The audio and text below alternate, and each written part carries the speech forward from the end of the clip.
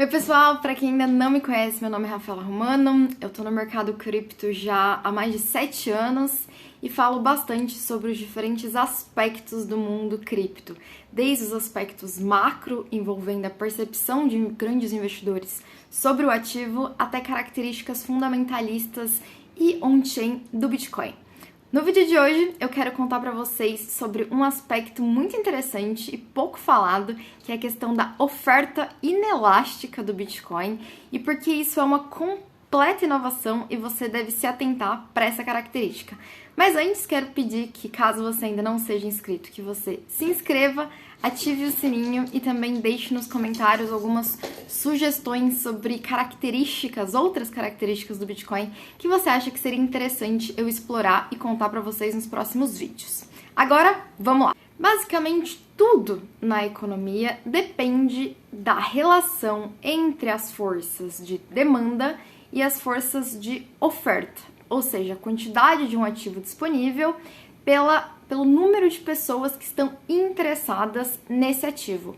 É a relação entre essas duas forças que tende a fazer com que o preço das coisas suba ou que o preço das coisas desça, certo? Isso é a base de como os preços e os mercados funcionam e define grande parte dos mecanismos de funcionamento da economia.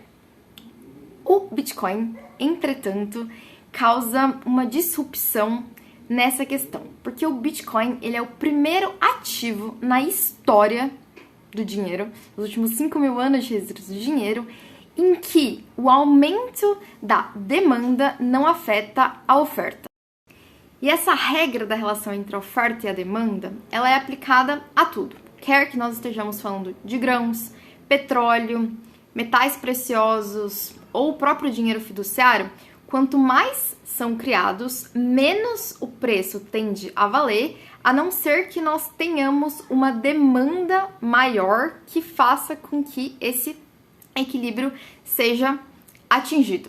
E o caso do ouro é interessante porque muitas vezes as pessoas pensam que ele não respeita tão bem essa regra, né? A questão do acompanhamento entre essas duas coisas, né? Ou seja, quanto maior a demanda, maior tende a ser também a produção, porque é um metal difícil de ser extraído. Mas, na verdade, ele também, a questão da quantidade de ouro disponível no mercado também acompanha a questão da demanda. Vou dar alguns exemplos para vocês interessantes.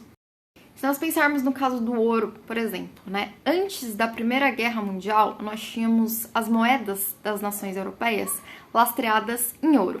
E dessa forma, eles não podiam expandir a base monetária, a não ser que eles conseguissem mais ouro. E eles não conseguiam mais ouro, e essa escassez do ouro para a expansão do desenvolvimento econômico da Europa foi um dos grandes motivadores da Primeira Guerra Mundial, que foi o que fez com que essas nações europeias explorassem todos os cantos do mundo buscando ouro. Então nós tínhamos um cenário de escassez, onde praticamente não era possível encontrar mais ouro, e aí o que se fizeram foram as grandes navegações para buscar ouro em qualquer lugar que tivesse. Hoje também nós sabemos que aproximadamente 7% do supply do ouro está em lixos eletrônicos em lixões. Então, se existisse uma grande demanda, vamos buscar lá.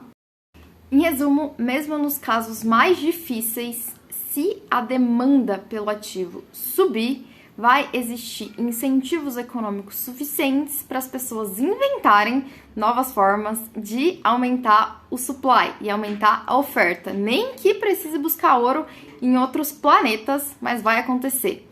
Porém, com o Bitcoin isso não acontece. O supply do Bitcoin não muda e a oferta de Bitcoin, a oferta disponível de Bitcoin não muda, não importa se o preço caia 80% ou se ele suba 1000%. Isso é um aspecto muito importante porque nós estamos no início da adoção do Bitcoin. Ele tem pouquíssimos anos ainda, né? A gente está falando de 13 anos de desenvolvimento. E à medida em que a demanda e a adoção subir, não haverá Bitcoins. Isso vai causar uma super escassez.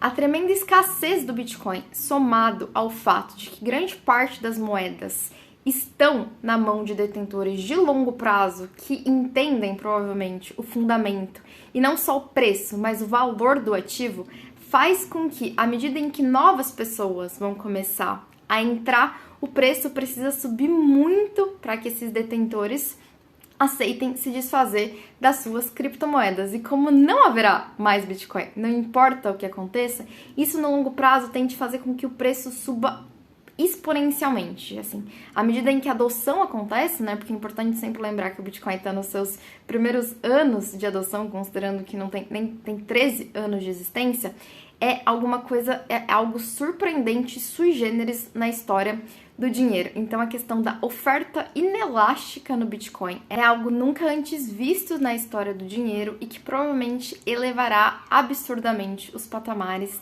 do Bitcoin. Então, basicamente é isso, a questão da oferta inelástica, e eu peço para vocês deixarem nos comentários também se vocês entenderam e se existem outras características do Bitcoin que vocês também consideram que sejam super sui generis e interessantes. Até mais, pessoal!